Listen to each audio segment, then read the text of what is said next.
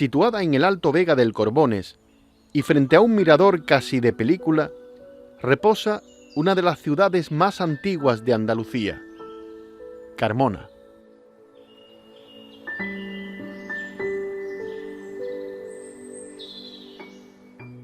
Su dilatada historia ha dejado su legado en una villa con rincones que sorprenden a carmonenses y forasteros, con un centro urbano cuajado de casitas encaladas, fuentes, callejuelas empedradas y pasadizos llenos de fábulas y leyendas.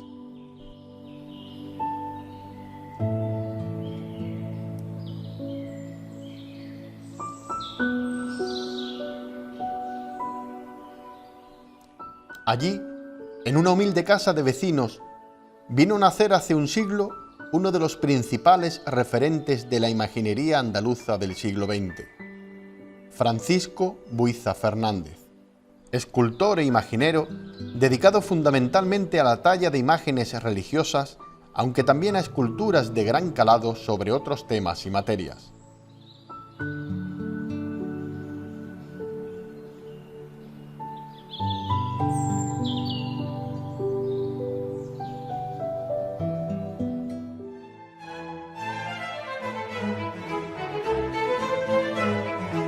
Hijo de Francisco Buiza y Josefa Fernández, desde muy niño destacó en las aulas del Colegio Salesiano de Carmona por sus inquietudes de modelar figuritas de nacimientos llegadas las fiestas navideñas. Tuvo 6 hermanos: Dolores, Ana, Antonia, Gracia y los mellizos Manuel y Josefa. Los fatídicos acontecimientos de la Guerra Civil hicieron que Paco Buiza tuviera que dejar muy pronto la inocencia y los juegos entre niños de su edad para ponerse a trabajar y sacar a su padre enfermo y a su madre adelante. Aunque al principio se dedicó a la agricultura, luego también ejerció de pastor y panadero debido a las necesidades económicas familiares.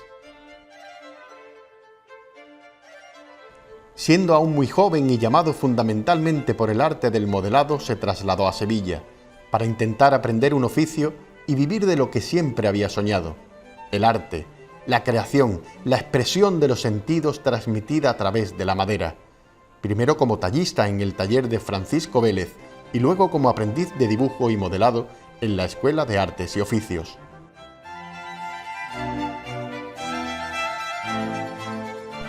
Bueno, Sevilla antes de Buiza era una Sevilla muy convulsa, era normalmente convulsa porque ten en cuenta de que esos movimientos sociales que hubo desde finales del siglo XIX nos precipitaron luego a 2 o 3 guerras mundiales, españolas, lo otro, la Revolución Rusa. Esto ahora mismo parece que está muy lejano, pero esto no ha estado tan lejano. Igual que la crisis de los misiles en Cuba y ahora mismo en Ucrania, ¿no?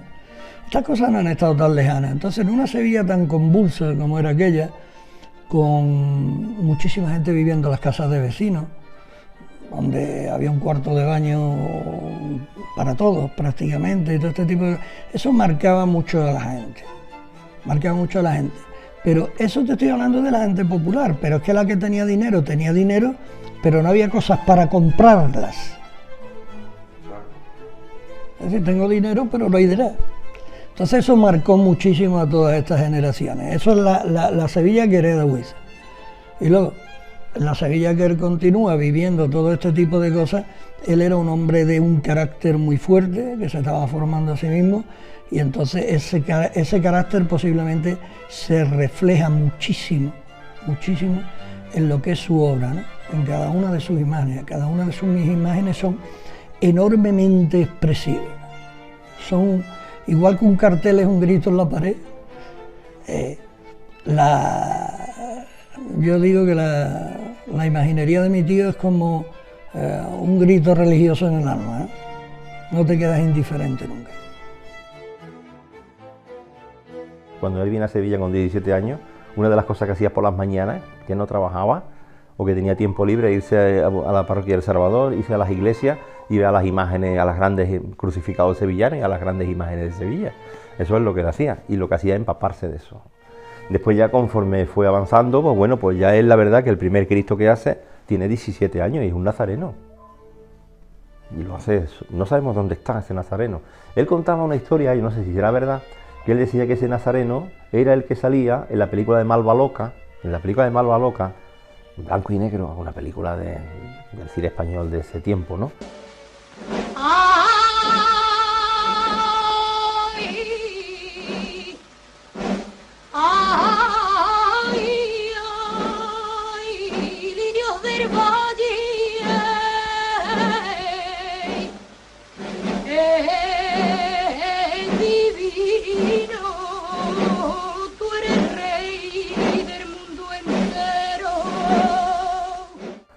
Pues resulta que sale un paso que viene por la calle, con los nazarenos y tal, y es un nazareno el que viene.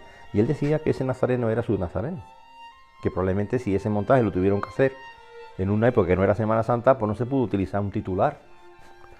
Estaba en Carmona, pues no sabemos qué pasaría con ese nazareno. Yo tengo ahí una fotografía que él está muy jovencito al lado de ese Cristo, ¿no? Y bueno, yo le contaba una anécdota que decía que él los puso en un escaparate de Sevilla, en la calle Sierpe. Y bueno, se enteró de que Agustín Sánchez Cid, este escultor que fue profesor de la Escuela de Bellas Artes, estaba en el círculo mercantil, estaba allí parado. Total, que fue a verlo para preguntarle si había visto el Cristo que él había expuesto, ¿no? Y entonces Sánchez Cid le dijo una cosa que lo hundió muchísimo. Por eso él decía que tenía un recelo con los académicos y tal, porque le dice, no, aquí mire usted, maestro, yo he hecho un Cristo y lo tengo en el escaparate y tal, y quería saber su opinión. Y el otro mirándolo así, leyendo el periódico y casi sin levantar la vista del periódico, le mira así como, sin quererlo mirar. Y le dice, bueno, ¿y tú de dónde eres? ¿O tú qué es lo que eres? ¿Tú de dónde vienes? Dice, no, yo soy de Carmona, yo no sé cuánto, ¿y qué has estudiado? No, yo he estado, no podía estudiar, yo tuve que estar en el campo cuidando cabras y todo esto. Dice, pues ¿sabes a mí lo que te digo? Que ese es tu sitio, el campo. ¿Sabes? Entonces, claro, imagínate cómo salió de allí ese muchacho, ¿sabes? Eso él lo contaba con amargura, ¿sabes? Y a mí te digo una cosa, a mí la figura de Sánchez Cid desde entonces, reconociendo que es un gran artista y todo, muy poca humanidad, muy poca generosidad tuvo esa persona. Si encima era profesor de la Escuela de Bellas Artes, que lo fue.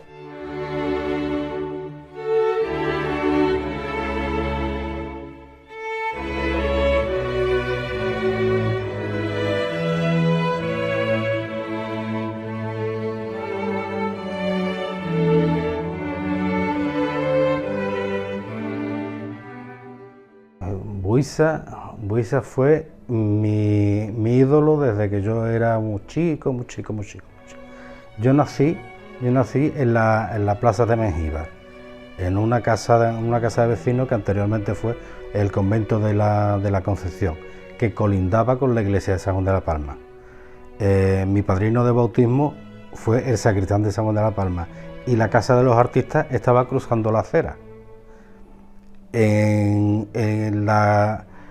la casa donde yo nací, mi abuelo y mi padre y mis tíos tenían una carpintería en la que preparaban las cosas de Buiza cuando él las necesitaba.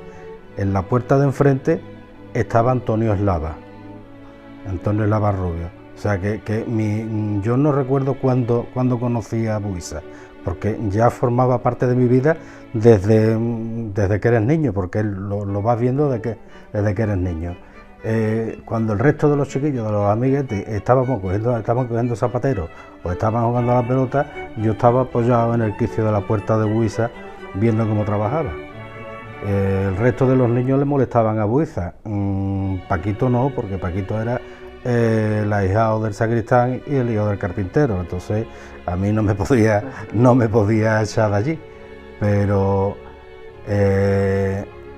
yo fui monaguillo en San Juan de la Palma, por aquello que te he dicho de mi padrino, y Buiza iba todos los sábados allí a escuchar misa a las 8 de la tarde.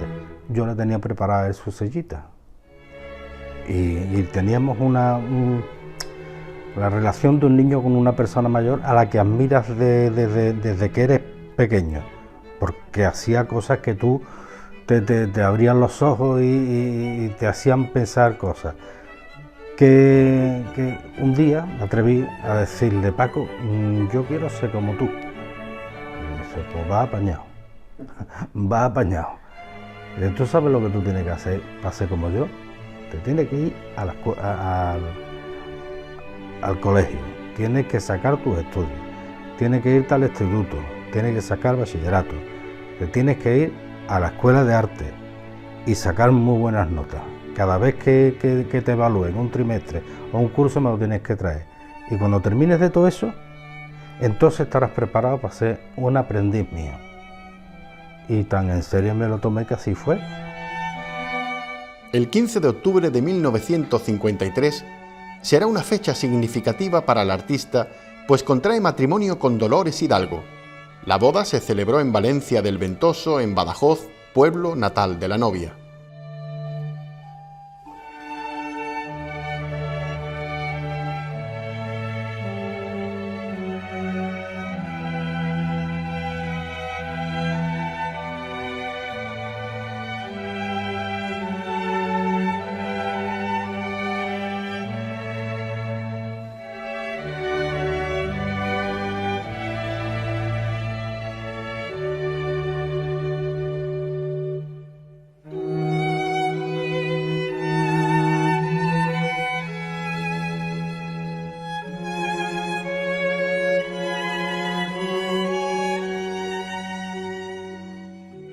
Asentado en Sevilla, conoció al maestro Sebastián Santos Roja, quien lo acogió en su taller y le enseñó la técnica que le faltaba, pues la magia y el duende, Buiza ya lo traía desde la cuna.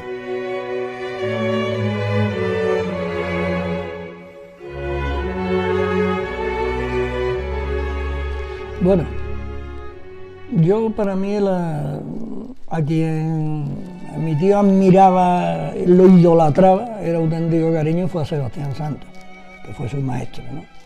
Sebastián Santos tenía un carácter muy dulce, de ahí que sus dolorosas sean tan maravillosas, ¿no? Pero él se quedaba con eso, ¿no? De su maestro lo tenía siempre en la boca. Muchos antecesores no te puedo contar, pues decirte, prácticamente la Semana Santa de Sevilla, después de las barbaridades que se hicieron aquí, pues es una barbaridad, pues aquí a la gente le da porque quemar las obras de arte, tirar los monumentos y todo lo que lo quieren arreglar así, ¿no? Entonces, pues no le veo yo ¿qué te puedo nombrar? Un Cristo del amor, Cristo de la buena muerte. Es que no corresponden a su época. No corresponden a su época. Esta gente prácticamente arrancaron después de la guerra todos, ¿eh? Algunos un poquito antes, pero Castillo Lastrucci, Ortega Bru, Illanes, esta gente son la segunda mitad del siglo XX. A partir de 1950, se estableció en un taller propio situado en la calle Viriato, donde comenzó a trabajar cada vez más y mejor en trabajos de más envergadura. Pero era, como te digo, que él iba nada más que, como quien dice, a su trabajo. Él era su trabajo. Y yo le decía: Tito, hay que comprar esto. ¿Vais a tener dinero? Lo compras tú. A mí me deja. Siempre era su trabajo, su taller, y si no el taller, aquí en casa, que también trabajaba aquí en casa, y me hacía que yo trabajara también con él en casa.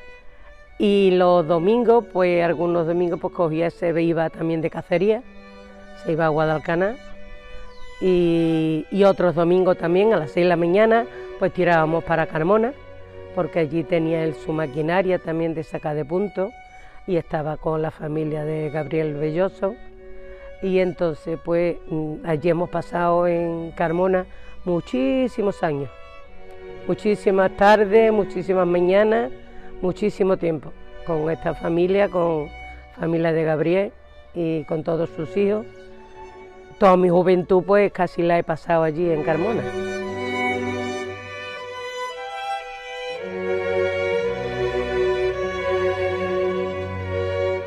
en relación a él y en relación a mi madre y a todos mis hermanos que vivíamos aquí con él. Entonces ahora mismo yo hace ya tiempo que no pasaba por aquí y muchos recuerdos. Mi tío tenía su taller en la calle Viriato, la Casa de los Artistas, y ahora ya después pues encontró aquí el alquiler de esta casa porque abajo, nosotros vivíamos arriba y abajo había un taller de orfebrería y entonces pues claro, en la orfebrería con la escultura pues son amigos y entonces uno trabaja para otro y el otro para el uno. Y entonces pues ya nos vinimos aquí, ya vivíamos aquí, con todos, mis hermanos, mi madre y todo. Ya cuando él murió pues ya nos quedamos todos aquí con ellos. Cuando yo lo conocí a Buiza fue en un momento donde yo tenía que tomar una decisión, si sí o si sí.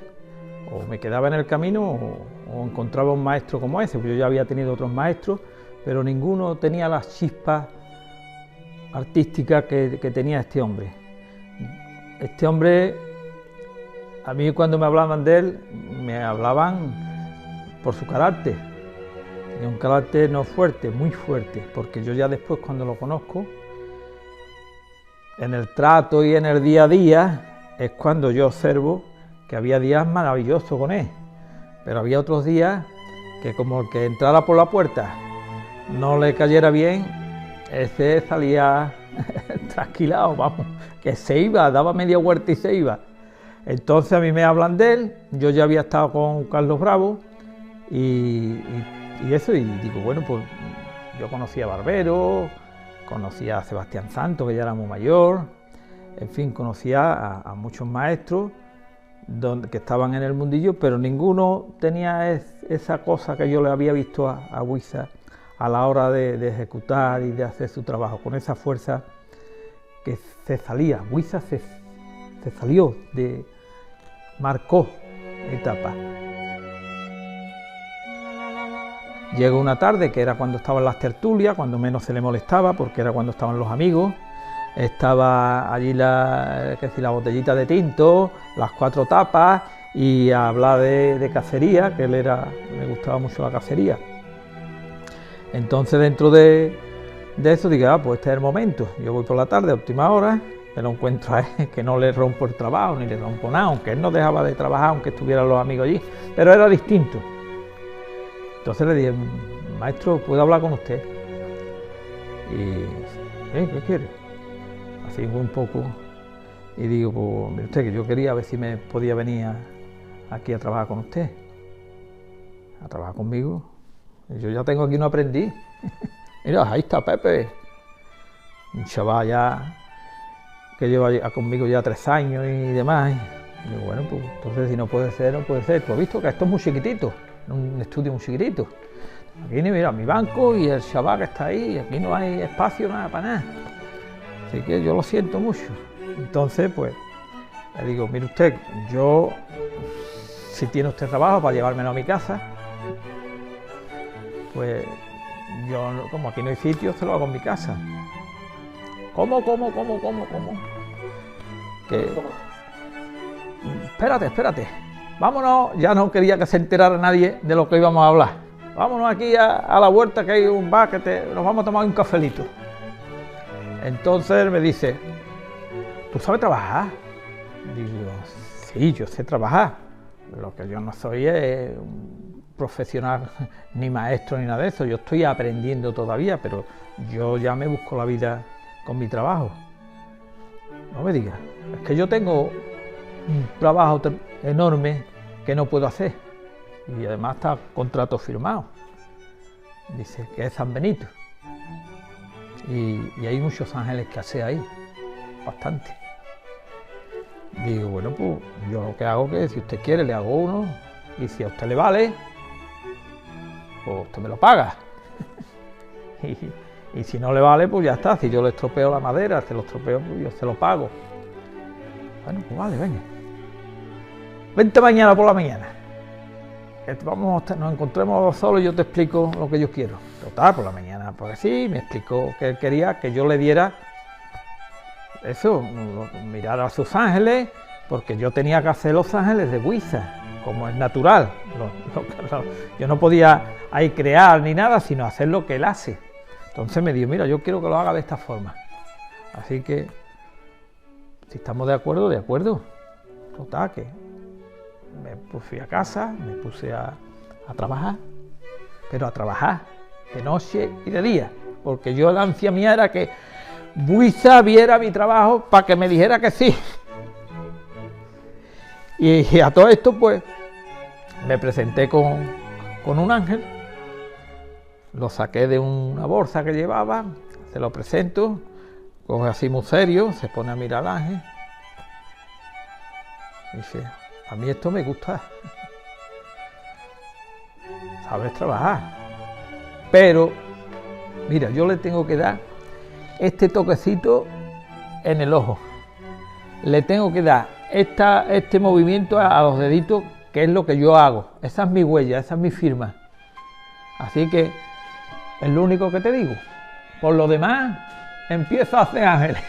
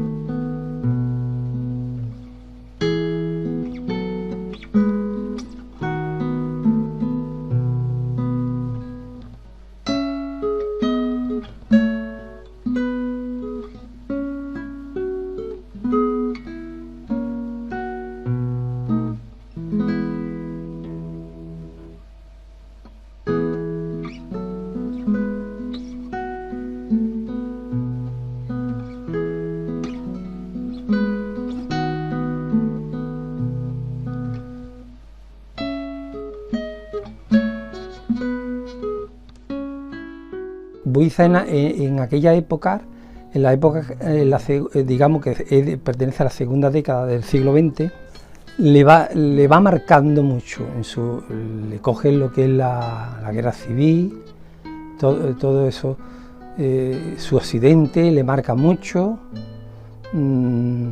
él queda inválido, le tuvieron que poner una prótesis de cadera, y todo eso le va haciendo su carácter, quizá a raíz de su carácter y de esa movilidad tan pesada que él tenía en su día a día, quizá eso también le aporta esa fuerza en su escultura, porque sin duda alguna, si empezamos a estudiar toda la imaginería de sus, digamos, compañeros de esa misma época, toda la escuela de Lastrucci, todos los que salieron del taller de Lastrucci y demás, sin embargo Buiza es diferente, marca una fuerza en sus imágenes y sobre todo en los crucificados.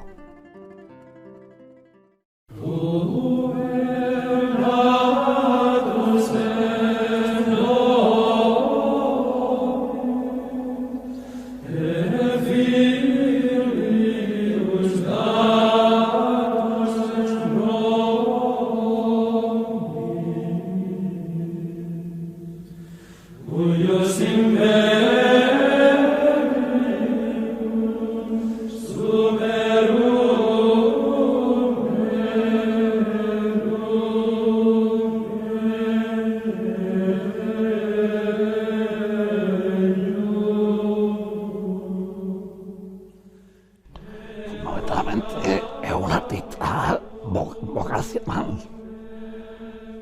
un gran conocedor del oficio. podríamos decir que es un escultor integral formado en talleres autodidactas, pero que tiene un dominio de las técnicas escultóricas fuera de lo común. Hasta el extremo que yo considero que es el mejor tallista de la madera del siglo XX. Y así lo aseguran también sus discípulos. Yo que frecuentaba el taller, tuve la oportunidad de ver cómo realizaba el proceso de la figura, conocer las técnicas pictóricas, la cocina del taller, y siempre demostraba una gran maestría.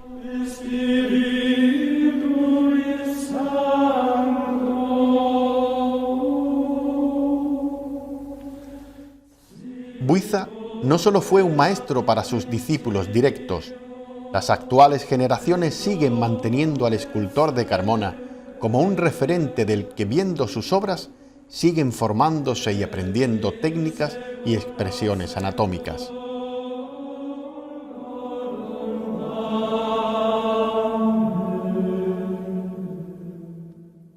Sí, yo la definición que tendría de Buiza era como prácticamente un humanista de su época.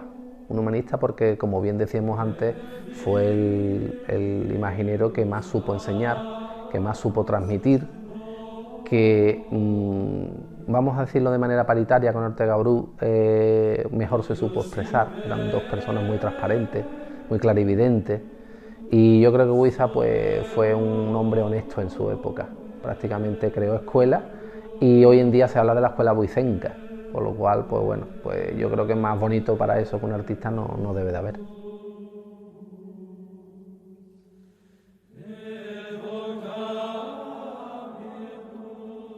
Yo estoy en el mundo de la imaginería por Buiza. Mi abuelo y mi tío abuelo, los hermanos Bernaldez, operan del accidente de moto de la cadera a Buiza, y bueno, pues a raíz de ahí surge una amistad fuerte, que ya no era cliente profesional, sino que trascendió ya la línea de una amistad, ¿no? Y bueno, pues yo cuando mis inquietudes artísticas empiezan a florecer, Buiza ya había fallecido en el año 83, y yo, pues como bien os decía antes, ingreso en el taller de Francisco Berlanga, que pues un transcurso de 9-10 años aproximadamente. Y bueno, cuando el maestro Berlanga desmonta el taller de la calle Castellar, pues en uno de esos desmontajes él tiene mucho material, por supuesto, de Buiza, que es el taller que hereda, y uno de ellos, que es este banco de Buiza, pues lo conseguí que me hiciera ese gran regalo, tanto del banco como del gato, y yo, pues de manera fetichista, además no lo conservo para observarlo, sino que lo uso, se le da uso diario, porque además me parece que esa magia de la que salieron tantas imágenes de aquí, pues yo creo que había que continuarla de manera humilde, como digo yo, sin borrar su nombre, sino acrecentándolo todavía más, para que esta tradición maestro-discípulo, que además es tan propia de esta escuela buicenca, porque es una tradición maestro-discípulo que prácticamente solamente se ha continuado con él, pues me gustaría seguir transmitiéndola a los que vengan detrás mía, ¿no?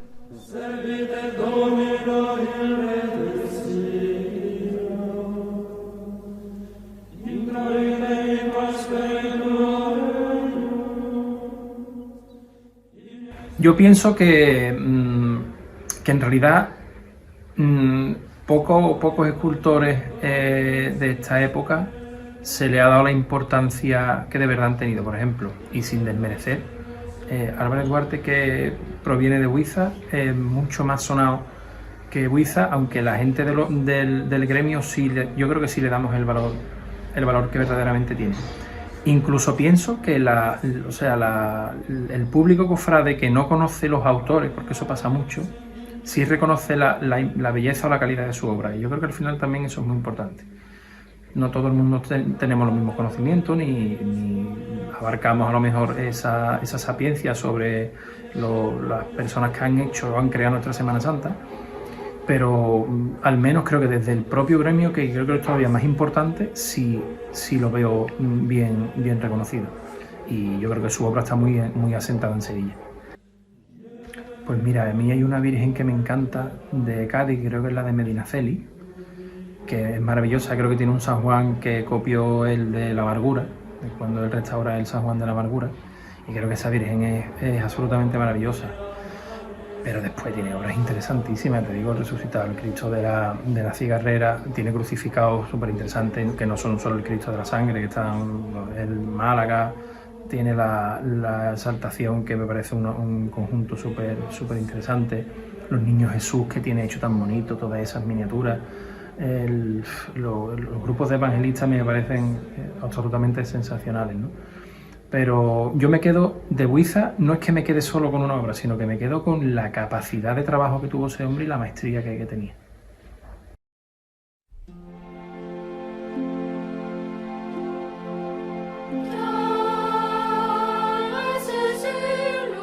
Pues mira, allí los días era prácticamente diario. Allí era muy raro la tarde que no existía la tertulia. Allí por la tarde, pues él era aficionado a la cacería, y venían gente o bien de Carmona, gente del entorno de Calle Feria, todo el centro, que eran cazadores, y después venían unos aficionados a la escultura, gente ya con una cierta edad, que les gustaba esa tertulia, aportaban eso, traían la botellita, el papelón de chorizo, el papelón de queso, se abría allí en un banquito de trabajo que tenía, una banquetita baja, allí se ponían los papelones, la botellita y los vasitos de cada uno, ¿sabes? Y venían incluso médicos y gente, pues eso, de carrera con su oficio, porque era la forma de, en vez de irse a otro sitio, allí se hablaba de todo y precisamente de todo envuelto en un mundo de mucha cultura, ¿sabes? Y se tocaba todo y estabas en el sitio, porque además era un taller con mucho encanto, aquello tenía un encanto impresionante.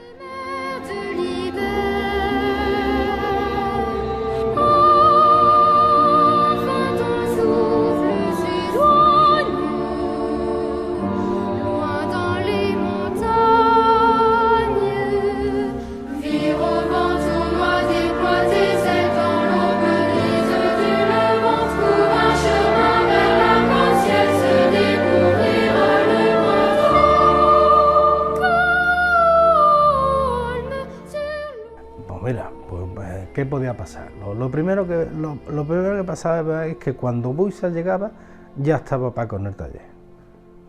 Porque eso sí, Buiza decía una cosa, que un negocio que no diera para levantarse a las 9 de la mañana no era negocio. No se levantaba temprano nada más que para ir a cazar. Y por las tardes él comía y se echaba sus siestecitas. Cuando llegaba al taller ya estaba Paco allí. Lo primero que hacía era quitarse la chaqueta, la corbata no se la quitaba nunca, era un tío que trabajaba con su corbata puesta, se ponía la bata, siempre hacía alguna mención a su madre, que fue la que le hizo la bata, porque él estaba enamorado de su madre. Mira, esta bata me la hizo mi madre cuando me vio, no sé qué, se documentara, vamos a tomar café. Nos íbamos a la calle Regina, tomábamos un cafelito en casa de Lucas. Volvíamos por la calle Regina, viendo los zapatos y alguna muchacha que pasara por allí que le gustase, y nos poníamos a trabajar, él en su faena y yo en la mía. Que llegaba algún cliente, se le atendía. Cuando ya caía la tarde-noche, empezaba a recibir visitas de sus amiguetes cazadores. Nicolau, el de los relojes,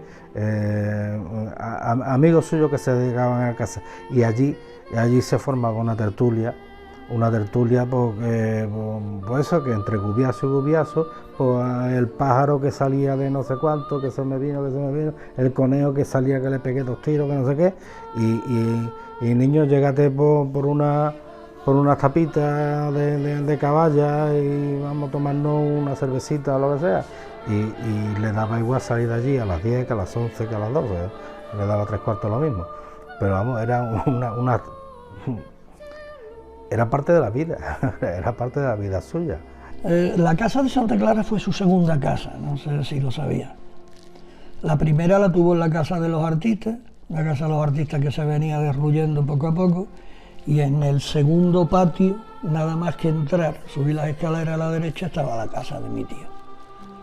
Eran unas habitaciones de casa de vecinos antiguas, angostas, ¿no? Y luego se pasó a Santa Clara. En Santa Clara pues él vivía en el primer piso y era ya una casa muchísimo más amplia, tenía un taller magnífico allí, la casa era muy buena, ¿eh? Un taller magnífico, lo que pasa es que él, en vez de trabajar allí, decía ya muchas veces, sí que yo no estoy acostumbrado a trabajar en la calle Feria. Y lo sacaron con los pies por delante, pero de la calle Feria. Rara vez trabajó en Santa Clara, alguna cosa aislada.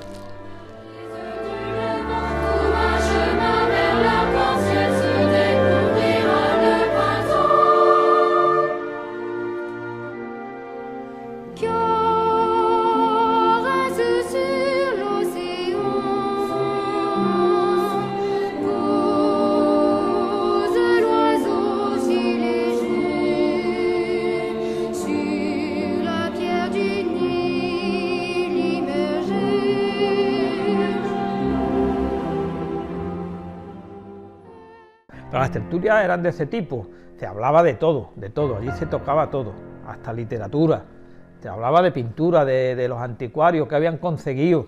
Mira, que ha entrado un cuadro que lo tiene fulano y está ese cuadro, si se limpia, yo creo que es de firma, ahí hay firma, que el moro ha comprado en una subasta no sé qué. Pues entérate, a ver, acércate mañana, a ver si podemos sacarle algo, a ver si es bueno, si es, que yo tengo un cliente para esto, que yo...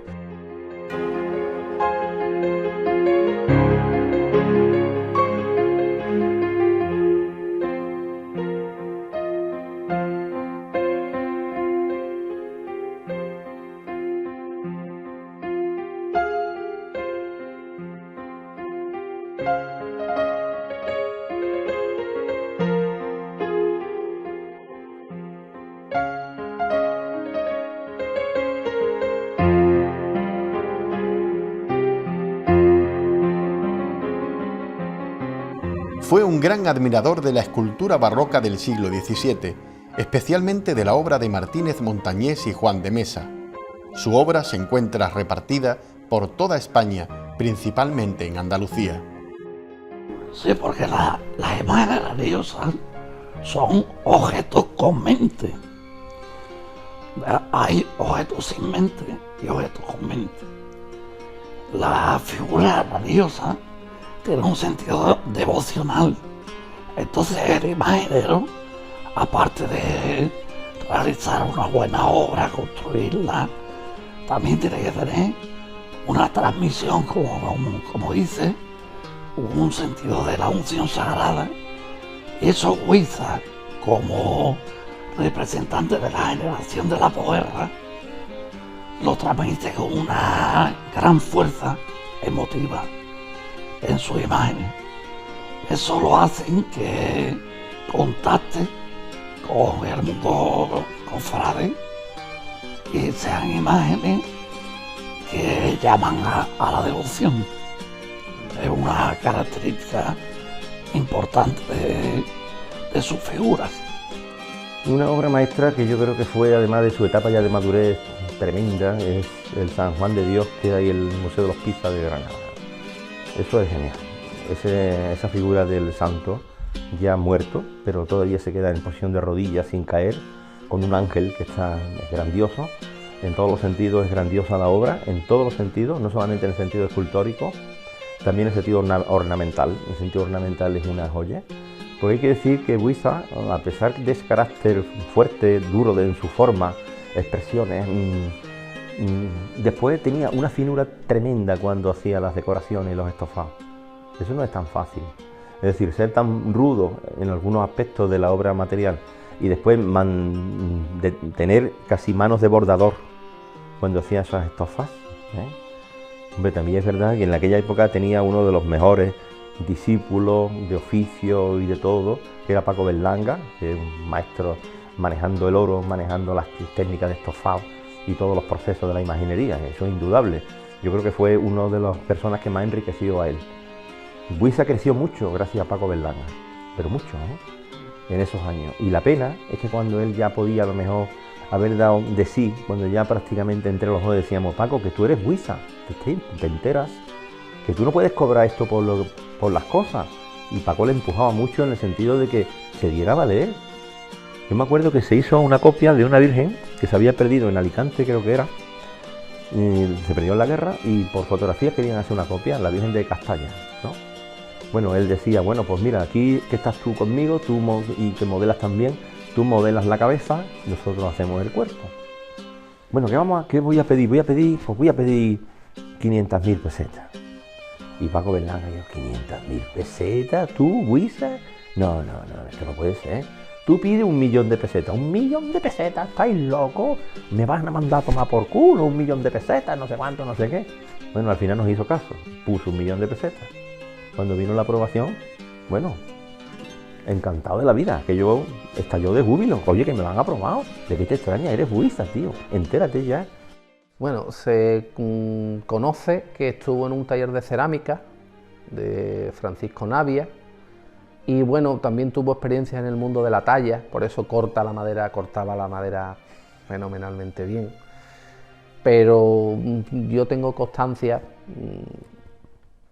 que su pátina, su forma de, sobre todo su fórmula de pátina, que es el leitmotiv, yo siempre lo reivindico mucho. A mí me dicen que rozo la pesadez muchas veces, pero la pátina de Buiza es una pátina excelente, porque es una pátina, aparte que está preparada con productos que alteran muy poco, pues es una pátina muy estable en el tiempo.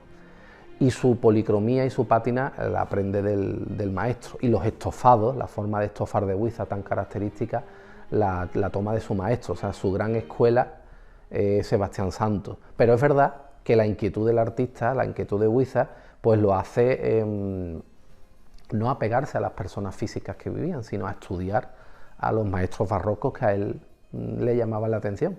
Que como te decía antes, bueno, cuando te paras a analizar mucho la obra del maestro y estudias a Juan de Mesa, por ejemplo, la forma de los arcos ciliares, ¿no? Cómo sube, cómo levantan los arcos ciliares las Dolorosas de Buiza y cómo esos recursos los ves en la Virgen del Valle, por ejemplo, a las vírgenes atribuidas a Juan de Mesa, y en los Cristos lo mismo, ¿no? Ves el Cristo de Montserrat y vas a ver el Cristo de la Agonía de Málaga, lo mejor, ¿no? Entonces está claro que Buiza era un estudioso en sus medios y en su época, y sobre todo desde el punto de vista artístico, como te decía antes, ellos tenían que trabajar el triple. Hoy vivimos en la sociedad de la imagen, hoy tenemos fotos de todo, de cualquier perspectiva. A nivel anatómico, imaginaros los estudios anatómicos que nosotros manejamos. Esas carencias hace 50 años están, y llegar a lo que ellos llegan, para mí tiene el triple de dificultad que lo que hoy en día podemos conseguir, ¿no? Buiza pasó a la historia por ser un hombre testamentario, un maestro admirable que tuvo entre sus alumnos a reconocidos artistas en el campo de la imaginería religiosa, como Luis Álvarez Duarte, Augusto Morilla, Matilde García, Juan Manuel Miñarro, Francisco Berlanga o Juan Ventura. Pues mira, es lo curioso del caso, porque él, para la fama de tigre que tenía, pues tuvo muchísimos discípulos, ¿eh? Y la mayoría, yo recuerdo, antes de morir, estaba allí un día en su casa y bueno, yo iba a verlo ya casi todos los días, ¿no?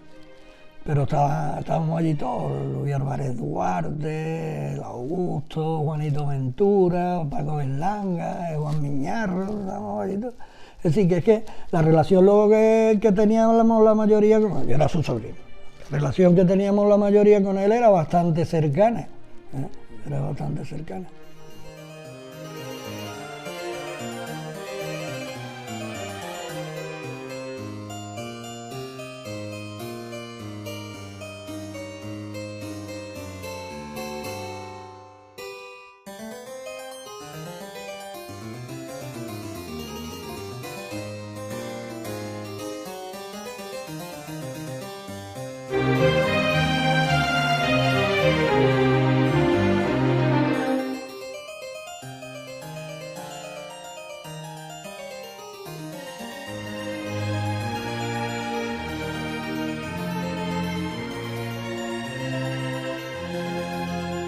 Es muy difícil porque, y eso lo vemos aquí, porque el artista tiene su sello, ¿sabes?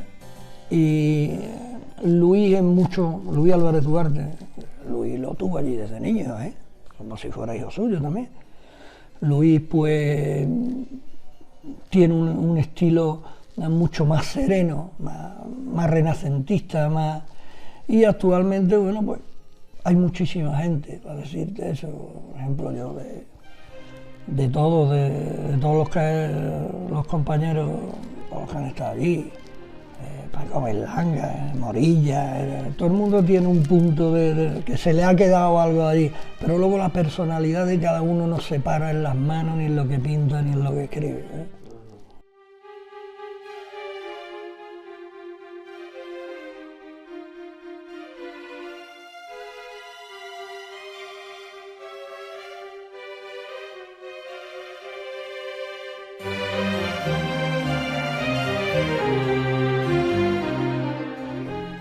Con los libros se aprende teoría, mucha teoría, se aprende con los libros, pero en un taller se aprende la práctica del día a día.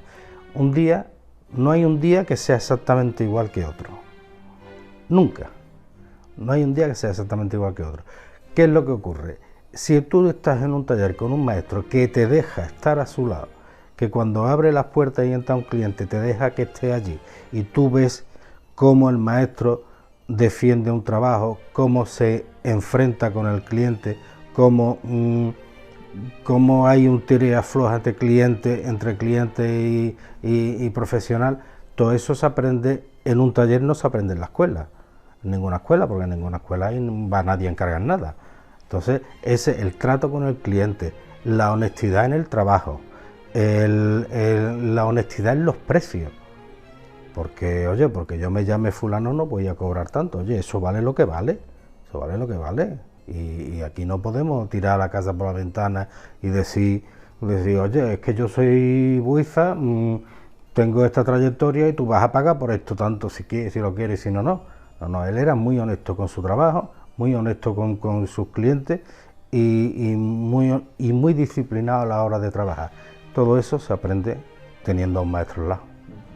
Era una persona muy temperamental, que su temperamento se lo transmitía a su obra, pero a la vez era sumamente tierno, porque Buiza no pudo tener hijos, o problemas fisiológicos, o suyo, de su mujer, o de lo que sea, él no pudo tener hijos, y siempre tuvo esa espinita clavada que no puedo tener hijos. Y a la hora de modelar los niños más graciosos, los niños más carnosos, los niños más atrevidos que hay paseándose en la Semana Santa de Sevilla y de Cádiz, son de Buiza.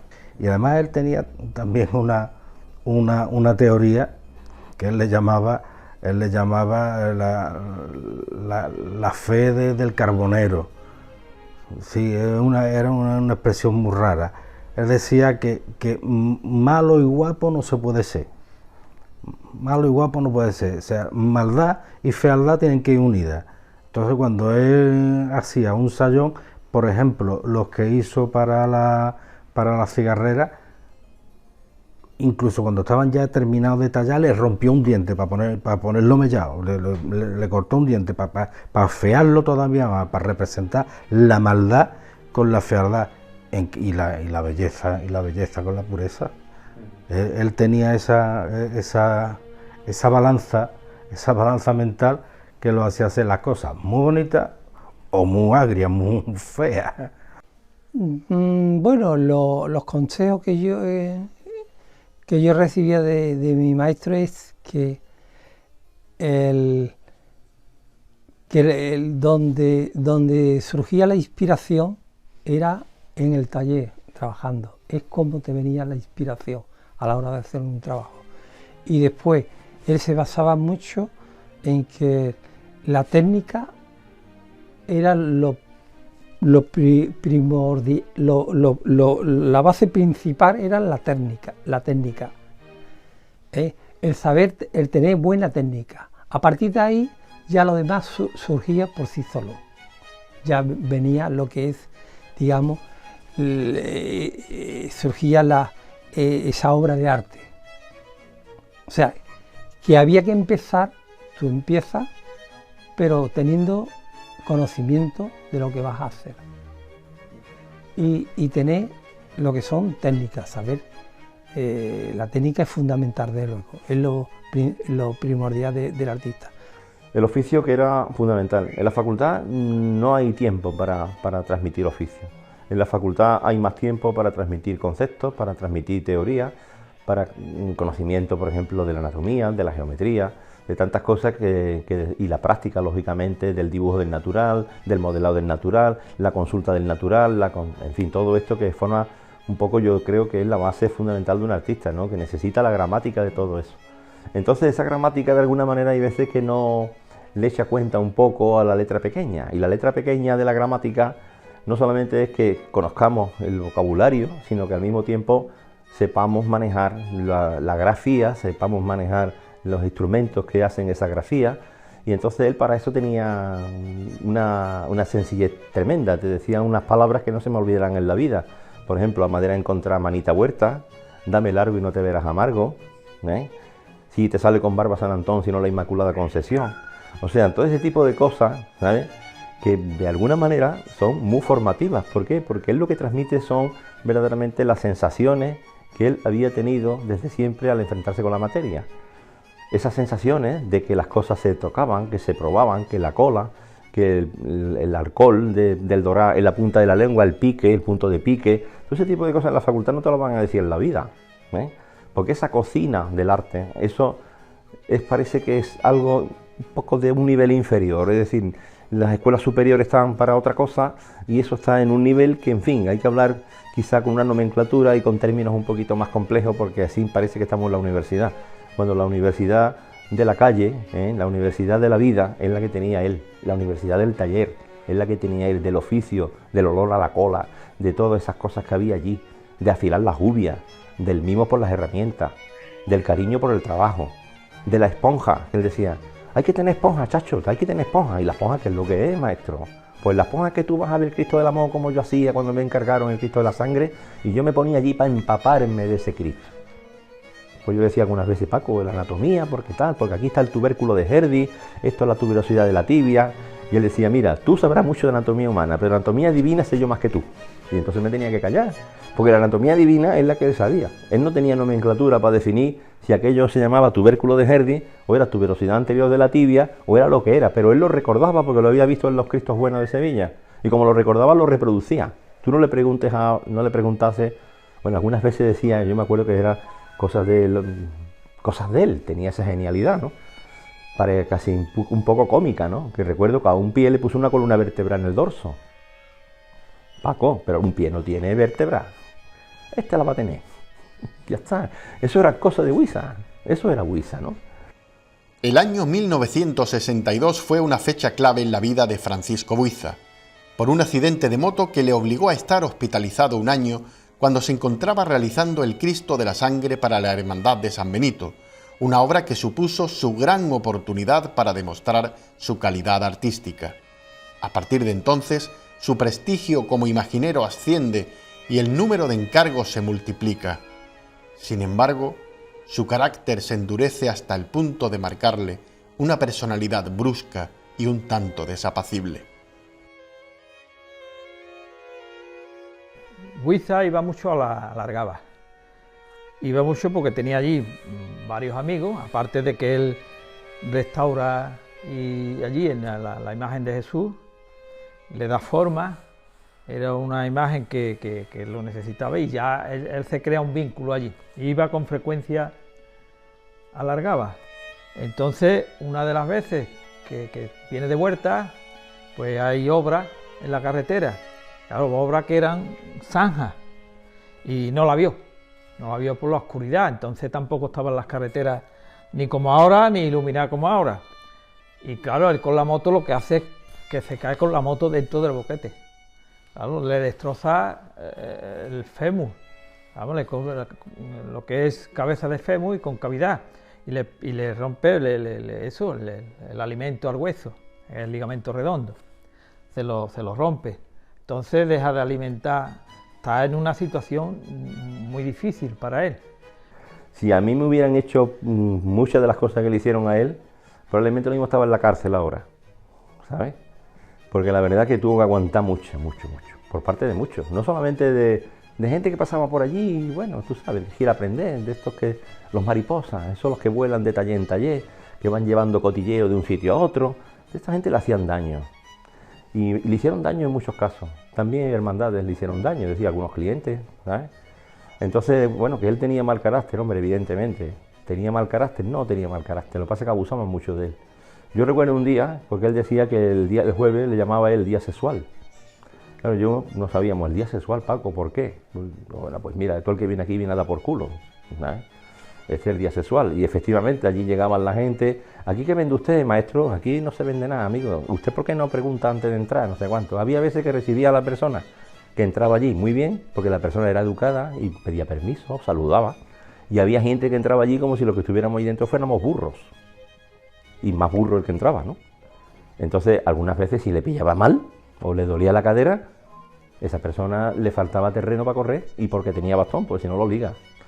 Entonces, claro, yo me acuerdo una vez que llegó un señor, ni saludó, entró directamente, había unos niños que estaban secándose, policromados, y lógicamente lo teníamos colgado cabeza abajo, ¿no? Y el nota llega y como quiso verle la cara a un niño, hizo así, lo cogió y le dio la vuelta con la mano. Y ahora cuando se mancha le dice, oiga, mire usted, ¿tiene usted un paño que me he manchado los dedos? Claro, a ese hombre le faltó terreno para salir corriendo de allí. Entonces mi maestro era un tigre, claro que era un tigre, pero es que allí había mucho que aguantar. Entonces ahí hay gente que hablan de él diciendo que si era muy bravo, que si era muy agrio. Yo no lo recuerdo así. Yo recuerdo malos momentos, yo como tiene todo el mundo, de que llega un cliente, de que te discutes con él, de que te pones de mala leche, que te tienes que ir a tomarte una manzanilla o una tila o lo que sea, porque el día te ha venido bravo, pero el resto del tiempo era un tío que enseñaba sin hablar, apenas que te dijera, acércate, mira lo que estoy haciendo, y lo hacía él y punto. Y claro, en una de esas con una hermandad que llegó a veces, porque por lo visto le había dicho que la obra iba más avanzada y no iba tan avanzada, y lo que hizo fue allí delante de la hermandad justificarse con que yo tenía la culpa. Claro, se justifica con que yo tengo la culpa, de que es que yo, por mucho que le digo a este chaval, no me echa cuenta. Ya, ahora venís ustedes y esto tenía que estar más avanzado, pero la culpa. Y aquello ya, pues a mí ya no me gustaba. Entonces, con él, pues, una vez que se fueron los clientes, pues, le tuve que decir, mira Paco, yo te voy a decir una cosa, yo no soy el Pepe. Yo no soy el Pepe y no te voy a aguantar.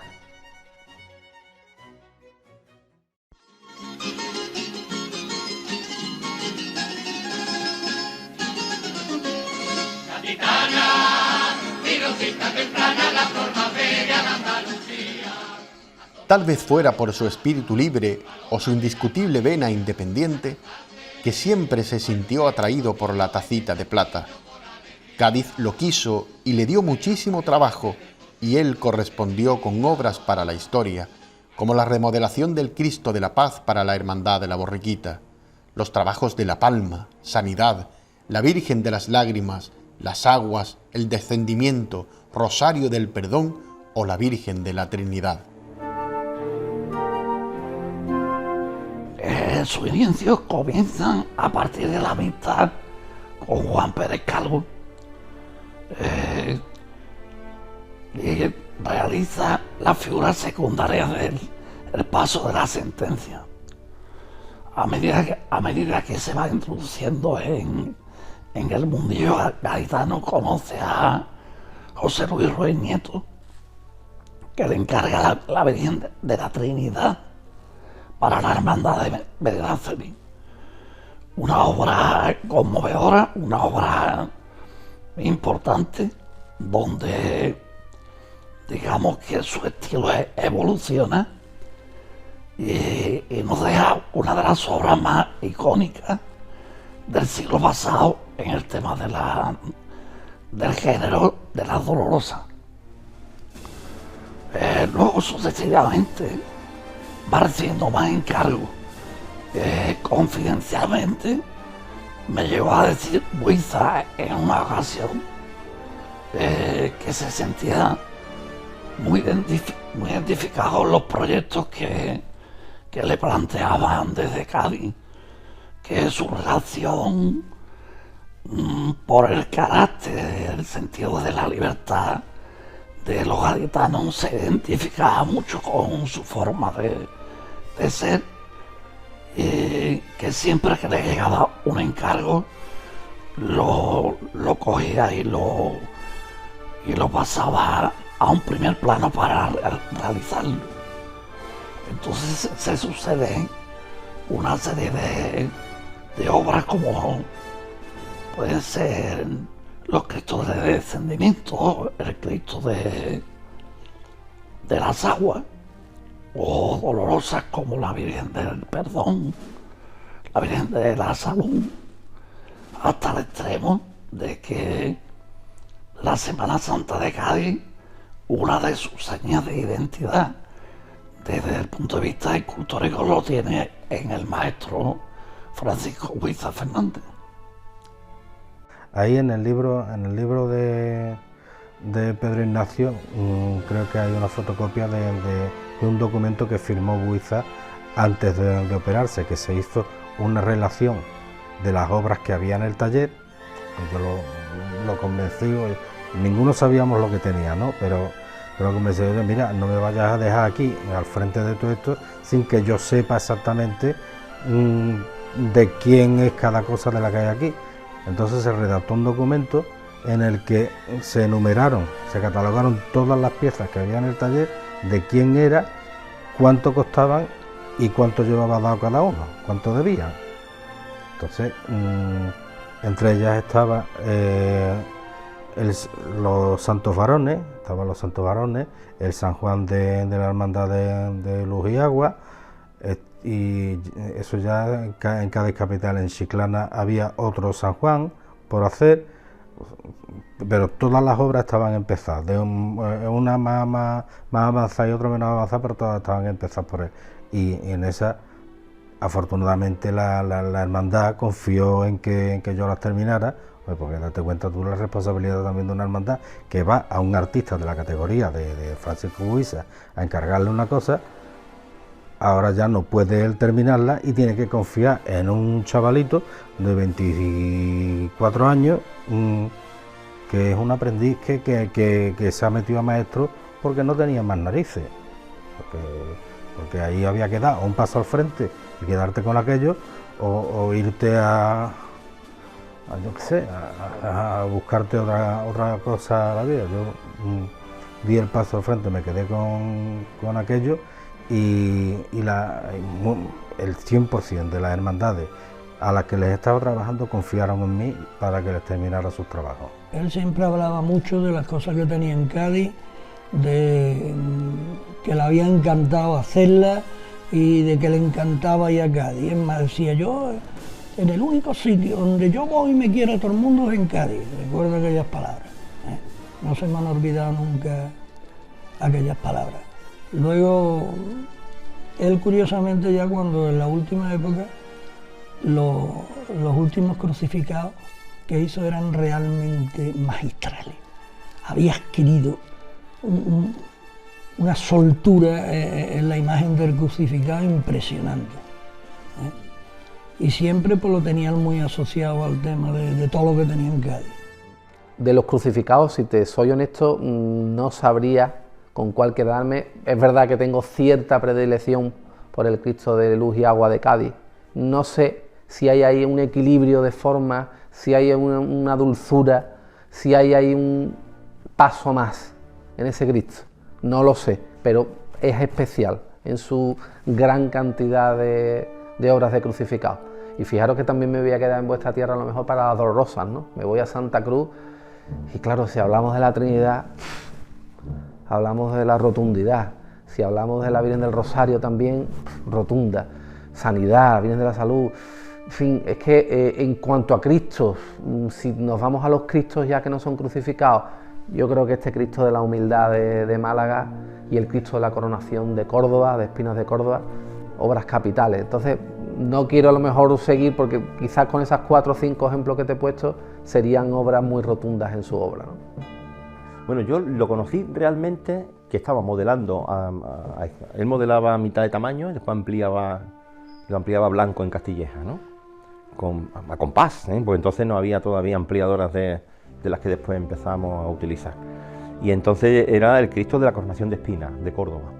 Y un poco más adelante, pues fue precisamente el Descendimiento, que recuerdo perfectamente, cómo para pasar de un lado a otro del taller casi teníamos que saltar por encima del Cristo del Descendimiento, que estaba allí pillándolo todo. Entonces, bueno, eso era. Me acuerdo de la Santa Rafaela, de aquí desde la calle Cervantes, que se le falló el punto de anclaje y se fue a caer en la Santa Rafaela, y estaba la que entonces era mi novia sentada al lado, y casi la machaca, y él metió la pierna mala, incluso para sujetarla, ¿sabes? Bueno, eso son cosas que yo, el momento que conocí a Huiza, ese momento era un momento bueno, de trabajo grande. La Coronación de Espinas era una maravilla de Cristo. El Cristo del Descendimiento de Cádiz, pues otra maravilla, ¿no? El de La Palma, que eso fue un trabajo también verdaderamente increíble, ¿no? Porque claro, tiene el cuerpo de Huiza y esa cabeza, algo se nota, ¿no? Pero él sabía sintonizar muy bien los tiempos, de lo que hacía con lo que había, ¿no? Claro, esa restauración a lo mejor dice, oh, pues es una barbaridad, tú le cortas un cuerpo, te quedas con una cabeza y ahora es que, bueno, pues tendría, no recuerdo yo el asunto ese cómo sería, pero Huiza, claro, Huiza tenía un predicamento bastante importante y una de las mejores dolorosas de Huiza está en Cádiz. Claro, la Trinidad es una maravilla de Virgen, ¿no? Esa ideal de belleza que él tenía, de esas morenas con los ojos grandes, ¿sabes? Que la aplica muchas veces en sus imágenes, la aplica en la Soledad de Moriles, la aplica en la Trinidad de Málaga también, ¿sabes? Y van mucho en esa línea. Después tiene otras dolorosas que son un poquito más agresivas, como los gitanos de Málaga, y algunas muy templadas. Las templadas de él son las que más recuerdan a Sebastián. Después ya Huiza coge un camino más original a la hora de hacer sus dolorosas, mantiene las manos de Sebastián, que Sebastián de las manos era como eslava en el caso del taller de Lastruzzi, ¿no? Que el maestro de mano de Castillo era eslava. Entonces Huiza eso lo dominaba con un arte, con una gracia, que recuerdo los cabreos que tenía porque las tallaba en directo y había veces que tallaba la misma 2 veces. Cuando se daba cuenta que no había invertido el pulgar, la tiraba con mucho genio y allí tenía en un rincón del taller un taco de madera de manos empezar que se había equivocado y había hecho 2 veces la izquierda o 2 veces la derecha, que siempre venían bien, porque había veces, tira de ahí, que ya verá cómo hay alguna, y claro, y sí, es verdad, siempre la había. Que se lo piensa bien y me dice, mira, no, vamos a hacer lo siguiente. Yo voy a coger el trabajo, lo vamos a hacer a media y se va a hacer en el taller. No tienes que hacerlo tú en tu... Porque yo no tenía ni taller, yo tenía, una vez tuve en Álvaro Quintero, en casa de don Juan Martín Leñancí, tuve allí un pequeño estudio un tiempo. Total, lo vamos a hacer en el taller, y se hizo allí en el taller. Entonces la hermandad nos trajo lo que es la mascarilla de este escultor, Miguel Laire. Y entonces a raíz de ahí, recuerdo que modelamos el cuerpo, se modeló el cuerpo sentado, que por cierto lo modelé yo, le hice el vaciado, donde él tuvo, digamos, mucho hacer fue en lo que es la talla. Él dominaba, bueno, se sacó de punto como sacamos todos, pero eso sí, los brazos se hicieron directamente, ahí no se hicieron modelos, los brazos los cogió él. Como yo me dediqué a la parte del cuerpo, los brazos los cogió, se sacaron por plantilla y se los ventiló mientras yo hacía la parte de cuerpo y demás. Adaptamos la mascarilla de este escultor, porque lo que nosotros hicimos, modelamos sin mascarilla lo que era el cuerpo hasta la parte de la pelvis, bueno, hasta la parte de los muslos sentados. Y se hicieron los vaciados y después adaptamos la mascarilla a la parte esa que nosotros habíamos compuesto, el modelo que nosotros habíamos hecho en barro. Y ya, una vez que tuvimos hecho lo que es la talla, se le adaptó la mascarilla, Entonces ya hubo que recomponerle ciertos rizos y el volumen de pelo, de cabello, y en algunos sitios pues hubo que darle algunos retoques de modelado que la mascarilla cambió mucho de su autor a la transformación llevada por Buiza. Decoraciones de paso, y él, aparte de comentarme cómo realizó esas obras, me decía dónde se encontraban. Yo hice un periplo importante, no solamente en Andalucía para conocer su obra, sino me desplacé a Murcia, me desplacé a Santander, y llegó a tener obras incluso en Las Palmas de Gran Canaria, donde tiene un Cristo crucificado y una Virgen de la Granada. Tenemos la oportunidad de reflexionar sobre su obra, revisarla, los centenarios, los eventos, las celebraciones, te permiten hacer como si fuera una revisión de... Y entonces yo me he centrado fundamentalmente en el tema de la Dolorosa. Para ello he escrito un libro, este es el borrador. He clasificado su Dolorosa en 3 etapas y espero a ver si es posible publicarlo. Luego también he tenido la iniciativa con el objetivo de dirigirme al gran público, realizar lo que le he llamado la pentalogía de Francisco Buiza Fernández, que consiste en 5 audiovisuales, son 5 capítulos. Buiza en la Semana Santa de Sevilla, Buiza en Sevilla capital, La Dolorosa de Buiza, un 4º capítulo de Buiza y Carmona, y por último Buiza fuera de Sevilla. Son audiovisuales cortos de una media hora de duración. Se cumplen 100 años del nacimiento del maestro y 39 desde que Sevilla llorara su marcha el 2 de marzo de 1983. Él empezó a malear en diciembre del 82. El 4 de enero lo llevé yo al hospital de Infanta Elena, creo que se llama, en la Cruz Roja de Triana, era entonces. Yo lo llevé allí a operarse, lo operaron el día 4, el día 7 lo devolví a su casa, había perdido más de 20 kilos en esos 3 días, y ya de ahí hasta el final fue horroroso. Yo iba todas las mañanas, mi mujer trabajaba en la fábrica de la Cartuja, entraba a las 7 de la mañana, yo la llevaba a ella a la fábrica, de la fábrica me iba a la calle Santa Clara número 15, ya él estaba levantadito, charlábamos un ratito, le contaba 4 milongas, me iba a trabajar y a mediodía me iba con él a su casa a comer. Yo comía con él todos los días. Desde que le dieron el alta hasta que falleció, yo comía con él todos los días. Y después por la noche, cuando cerraba el taller, le daba novedades de todo lo que había ocurrido en el día. Y él me iba diciendo, no, pues mañana sería interesante que hicieras esto, no sé qué, no sé cuánto. Ya, él me iba guiando la faena que tenía que hacer al día siguiente. Él tradicionalmente, sus policromías tienen una cosita distinta a la de las demás, que es una receta que inventó o practicó mucho su maestro Sebastián Santos. Su maestro Sebastián Santos, cuando él puso taller, le dio la receta de cómo se hacía esa pátina. Y le dijo, mira Buiza, claro, aquello eran otros tiempos, eran los 50 y algo, y había mucha hambre, mira, este es tu pan, si lo compartes estás compartiendo tu pan.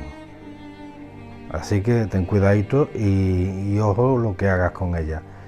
Y yo recuerdo él acostado en la cama, un plato de garbanzos con bacalao en la mesita de noche, yo sentado en una sillita chica y decirme, mira Paco, ¿tú sabes cuál es la receta de esto? Y te vuelvo a repetir exactamente las mismas palabras que me dijo mi maestro. Este va a ser tu pan. Si lo compartes ya sabes lo que estás compartiendo. Es así, así, así, así, y así, así, así, y así. Y no se te olvide nunca ni la apuntes en ningún sitio. Recuérdala y ni las apuntes. Buiza se murió 2 veces. Buiza se murió 2 veces. 17 días antes de morir tuvo un coma hepático y cayó en la cama fulminada, se quedó en coma profundo.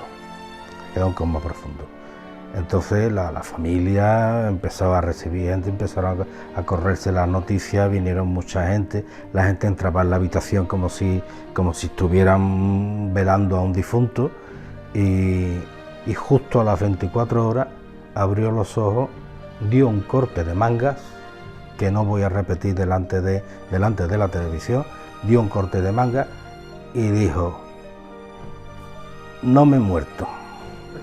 Y un poquito más, no me he muerto. Así, sin hígado, vivió 17 días más.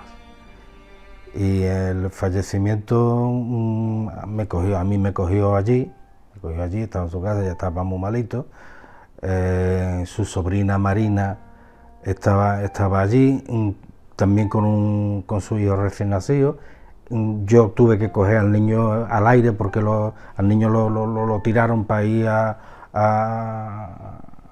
la cama de su tío y bueno, el fallecimiento de Buiza, pues, el primer momento fue con el niño, con su sobrino nieto en brazos.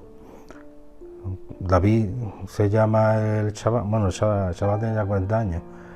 El día del entierro, allí aparecieron de muchas hermandades y algo curioso que yo recuerdo, quizá con un poquito de tristeza, es que cuando venían la gente, vinieron mucha gente de Cádiz, vinieron mucha gente de Extremadura, vinieron mucha gente de Córdoba, vinieron muchísima gente, muchísimas hermandades, pero venían y me daban el pésame a mí, y yo tenía que dirigirlo, ¿no? La viuda es esta es su cuñada y esta es su sobrina, pero venían y me daban el pésame a mí porque eran el que conocían. De Málaga también vinieron bordadores, Juan Rosén,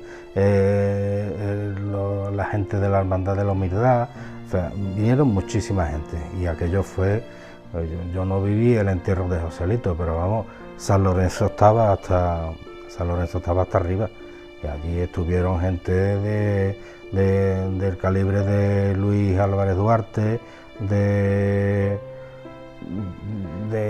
Augusto, Ventura, Dubé de Luque, yo qué sé, un montón gente, Antonio Luis, ¿cómo era esta? Luis Sánchez, mucha gente del oficio y muchos orfebres, los Fernández, los Villarreal, o sea, allí había toda la crema de artistas de Sevilla estaba allí. A él, aunque le habían anunciado lo que había, a mí de los que más me impresionó no fue de aquel momento, sino fue porque el último mes prácticamente yo era el último que me iba del estudio, ¿no? Y nos quedábamos allí los dos solos, ¿no? Y entonces pues vi a mi tío llorar 2 veces, mira lo que me han dicho que tengo, que esto, que lo otro. Y le decía yo, bueno, eso ya veremos, ¿no? Claro, es lo que le iba a decir. Y la última vez pues fue eso, yo me tenía que marchar fuera y fue la última vez que lo vi. Pues la verdad es que no pensé que el desenlace estaba tan próximo, pero fue una sorpresa. Tampoco... También pasó lo mismo con el Pali, que no me quería que se iba a morir tan pronto, o con el Mani, ¿no?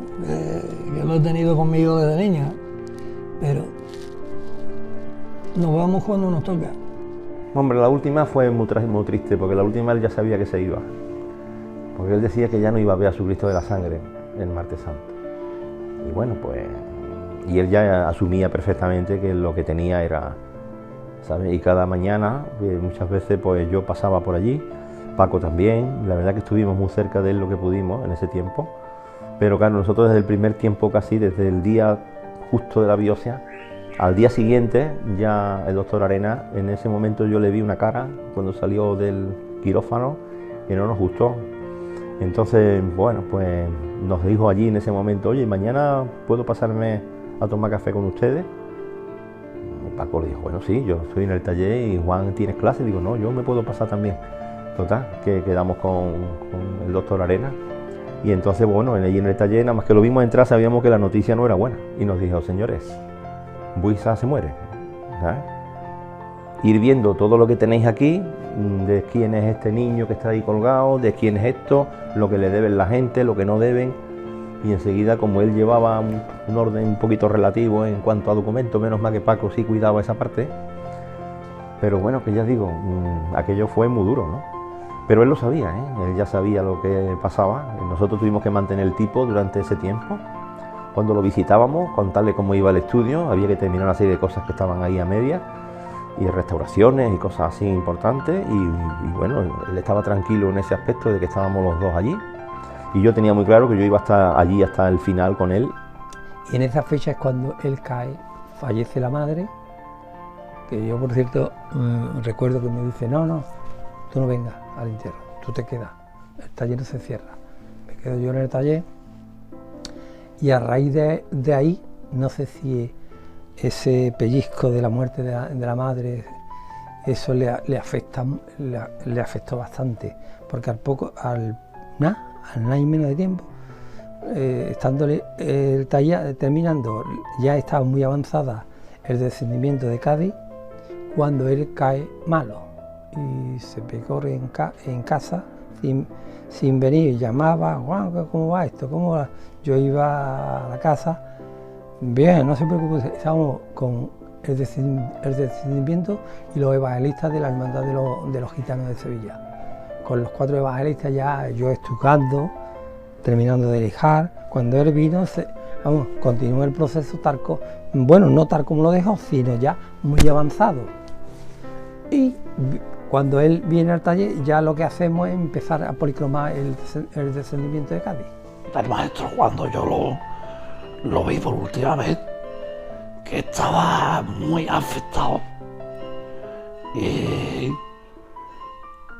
tengo que decirte que el rostro del maestro se parecía a su Cristo de la Sangre. Él, en su último día, estuvo modelando un niño Jesús de cuna, del que yo saqué una foto en barro, y precisamente de esa cara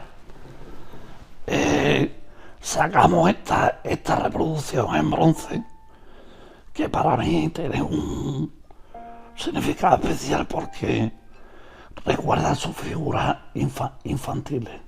Cuando yo lo llevé al médico y el médico me dijo lo que tenía, me lo dijo a mí sola, no se lo dijo delante de él, se lo ocultamos delante de él, y después ya pues, cuando vine aquí a casa se lo dije a mi tía, y entonces pues esos 2 meses lo llevamos a morir porque lo operaron el día 4 de enero y en 1 de marzo pues murió. Él no dijo nunca que se iba a morir, él siempre estaba con que él tenía perro, y él decía que eso era de los perros, que le había salido un quiste de perro. Lo que tenía era una cirrosis y un cáncer de hígado. Y no salió. Y esos 2 días en casa, porque él murió aquí en su casa, entonces esos días fueron lamentables, horrorosos, y esperando la muerte, y ya cuando, eso es otra cosa, que yo tenía a mi hijo en brazos, y no me quiero ni acordar. Entonces pues estaba al lado mía Paco Berlanga, uno de sus discípulos. Yo me caía y caía con mi hijo, y él como pudo me lo cogió en brazos, que ese recuerdo lo tendré toda mi vida con Paco. Me lo quitó de los brazos porque es que yo me derrumbé.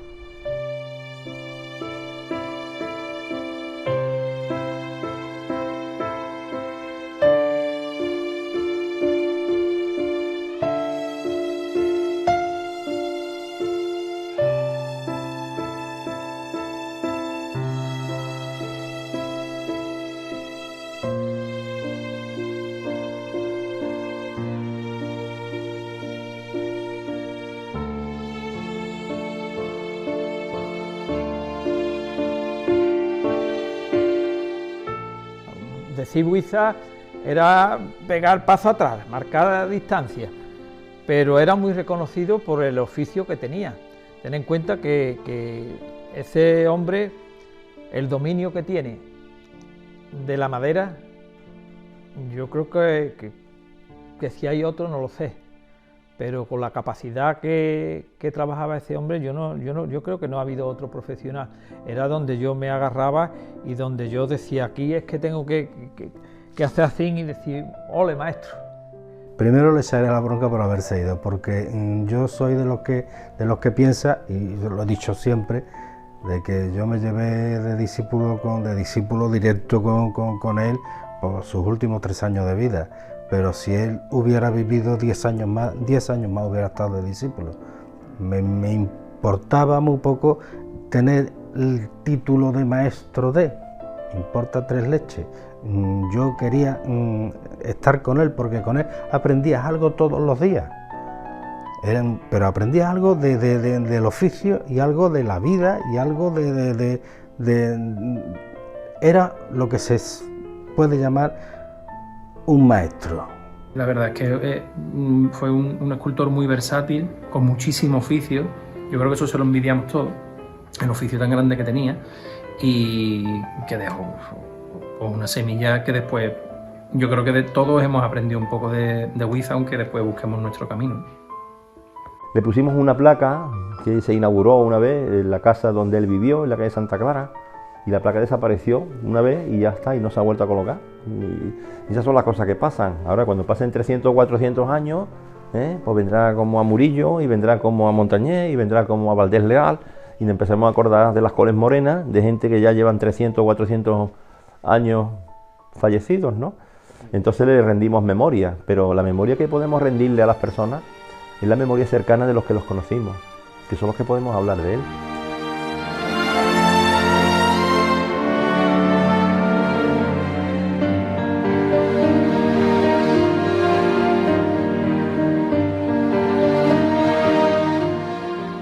Se fue el genio, pero se quedaron sus genialidades, su leyenda, sus obras, sus rezos tallados para la eternidad. Francisco Buiza Fernández, el escultor de la fuerza divina.